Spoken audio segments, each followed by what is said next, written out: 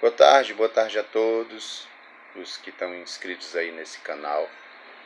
Senti de Deus de gravar hoje uma pequena reflexão, que eu tenho até falado dela hoje nos coletivos. Eu peguei alguns coletivos hoje e eu tive a oportunidade de compartilhar uma compreensão que Deus me deu a respeito de um texto, que tem em 1 Coríntios 13, onde Paulo diz no final do capítulo 13 de 1 Coríntios: agora permanecem a fé, a esperança e o amor, mas o maior destes é o amor. Aí eu estava pensando, estava meditando, que são as três maiores virtudes, né? A fé, a esperança e o amor.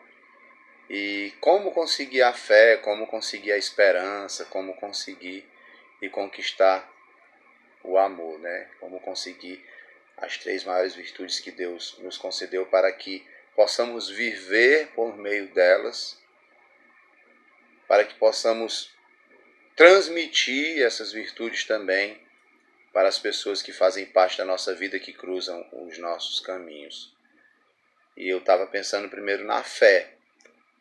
A fé vem pelo ouvir e ouvir a palavra de Deus. Quando nós meditamos, quando nós buscamos a presença de Deus, quando nós temos prazer na lei do Senhor, meditamos de dia e de noite nela, a nossa fé com certeza ela é fortalecida, a nossa fé ela é aumentada, porque a palavra é que nos aconselha, que nos conscientiza, que nos dá um espírito de revelação e de sabedoria que nos faz contemplar a existência de Deus, que nos faz sentir a eternidade dentro de nós, nos faz sentir o reino de Deus dentro de nós. E essa palavra, ela não está tão longe de nós para que nós venhamos a ter que fazer grandes esforços, ir do outro lado do oceano, ou nos mais altos céus para encontrar essa palavra, ou nas profundezas dos mares, ou em qualquer outro local distante. A palavra está junto de ti, está junto de mim, na minha boca, na tua boca, no meu coração, no teu coração.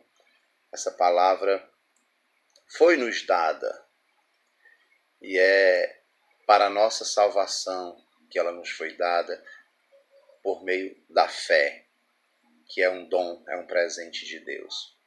E por sua vez, vem a esperança, né? Como conquistar a esperança? É um pouco contrário do que a gente compreende de como se conquista as coisas. O mesmo Paulo, no capítulo 5 da Epístola aos Romanos, ele fala que a tribulação produz a paciência. A paciência, a experiência, e a experiência, a esperança. Ou então é o contrário, a tribulação produz a experiência, a paciência, a esperança. E a esperança ela não nos traz confusão, porque o amor de Deus está derramado em nossos corações pelo Espírito Santo que nos foi dado. Então, quando nós somos atribulados, quando nós somos perseguidos, quando passamos por adversidades, quando somos contrariados, afrontados, humilhados, desprezados, desmerecidos, todas essas situações todos nós passamos. É muito comum nesse mundo que nós vivemos a gente passar por essas adversidades, por esses momentos tempestuosos. Mas em meio a todas as tempestades da vida, nós temos a certeza de que temos um Senhor que vem andando até sobre as águas, vem nos andando sobre as águas e nos faz entender que Ele aquieta o mar, Ele manda o vento se calar, Ele faz com que venha a bonança, para que assim alcancemos a esperança. Paulo disse também em 14:22 de Atos dos Apóstolos, quando ele foi apedrejado e ele não perdeu o ânimo, ele se levantou e foi pregar no mesmo local que ele já tinha sido ameaçado até de ser morto, para confirmar o ânimo dos discípulos, convencendo-os a permanecer da fé e para que eles entendessem que por meio de muitas tribulações nos importa herdar o reino dos céus. Primeiro vem a tribulação, depois vem a paciência, depois vem a experiência. E quando podemos conquistar a experiência, nós podemos ver a esperança. E por sua vez, a esperança, não nos trazendo confusão, ela já nos mostra o amor de Deus derramado em nossos corações. E esse amor, o amor de Deus, a virtude maior, a maior de todas as virtudes, o maior sentimento, o sentimento mais absoluto, verdadeiro, puro que Deus poderia dar para a humanidade. Que amor é esse, né? Como pode se manifestar o amor? Como nós podemos compreender o amor de Deus? Eu meditando, eu descobri uma palavra que eu acho que todos vocês conhecem, né? Com certeza pessoas inteligentes que têm muito mais estudo do que eu entendem e sabem o que significa a palavra incondicional. Porque Deus amou o mundo de tal maneira que deu o seu Filho unigênito para que todo aquele que nele crê não pereça, mas tenha a vida eterna. Amou sem esperar ser amado. Amou simplesmente porque ama, simplesmente porque teve prazer em nós. Eu lembrei agora que eu falei no coletivo algumas pessoas que precisavam ouvir essa mensagem dessa forma que eu vou falar aqui agora. Eu quero compartilhar também com vocês um momento. Eu vi uma moça que estava olhando para mim e Deus me fazia entender que ela estava se sentindo muito desprezada, muito sozinha. E outras pessoas também, porque o ser humano ele tem esses momentos de existenciais, essas crises existenciais em que ele não se valoriza, em que ele não agradece a Deus por ser vivo. E Deus trouxe à minha memória a criação. Deus criou todas as coisas. Criou os animais, as aves, os peixes, os vermes, tudo. Mas quando ele foi criar o homem, ele disse assim: façamos o homem conforme a nossa imagem e conforme a nossa semelhança. A criação que Deus teve mais prazer de criar foi o ser humano.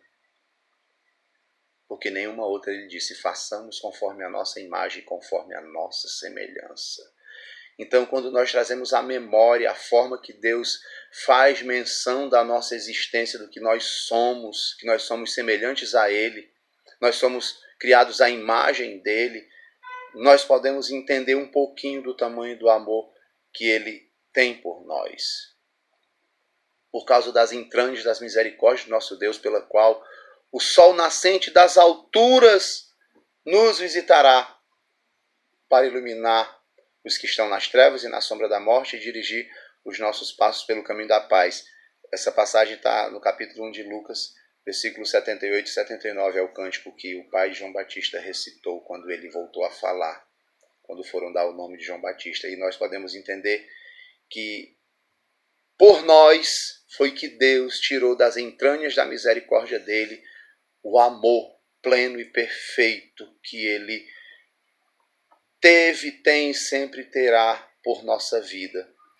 E foi das entranhas da misericórdia do nosso Deus, o amor mais puro da existência, onde o nosso entendimento pode alcançar, foi que Deus criou um firme propósito conforme a aprovação de sua própria vontade e enviou Jesus, o sol nascente das alturas que nos visitou, para nos ensinar, para nos aconselhar, para nos dar luz, para nos dar vida, para nos tirar da perdição, para que assim nós pudéssemos, assim como Davi disse: Senhor, unifica o meu coração ao temor do teu nome para que eu possa te servir. Nosso coração deve estar unificado ao coração de Deus. Nosso sentimento deve estar unificado aos sentimentos de Deus, para que possamos assim compreender o seu amor, vivenciar esse amor, nos entregar, nos lançar aos pés do Senhor como um papel em branco, para que Ele escreva a nossa história conforme a sua vontade. Nós devemos nos expor, nos entregar a Ele completamente e deixar Ele fazer de nós o que Ele bem quiser, porque tem uma parte que Ele só vai fazer se nós assim o permitirmos. Então, entenda o amor de Deus, entenda o tamanho desse amor que Ele teve e tem pela sua vida, pela vida de todas as pessoas que estão em toda a dispensação da criação de Deus em toda a terra e em todos os locais. Saiba que Deus te criou de forma singular, você é importante, você é especial para o Senhor.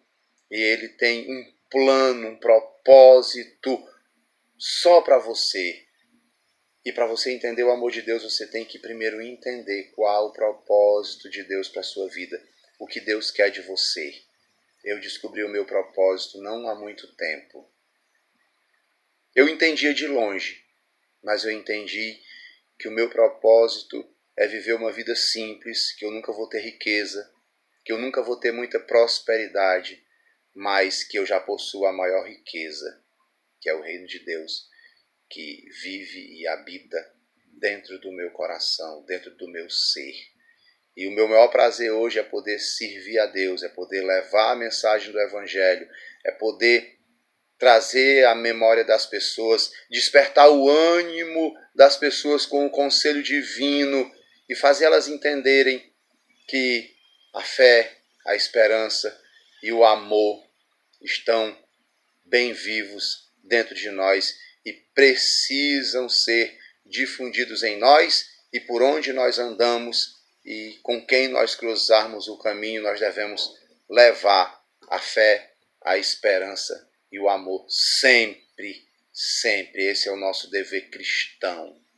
É ser luz, é resplandecer nas trevas que estão cobrindo todo mundo. Tá bom? Que Deus abençoe a todos vocês, que essa mensagem possa ter feito sentido para a sua vida, que você guarde no seu coração essa palavra, pois ela não voltará vazia. Deus enviou essa palavra hoje para nós com um propósito especial. Ela não volta vazia. Antes ela faz o que agrada a Deus e prospera para aquilo que Ele a enviou. Que Deus abençoe a todos, em nome de Jesus.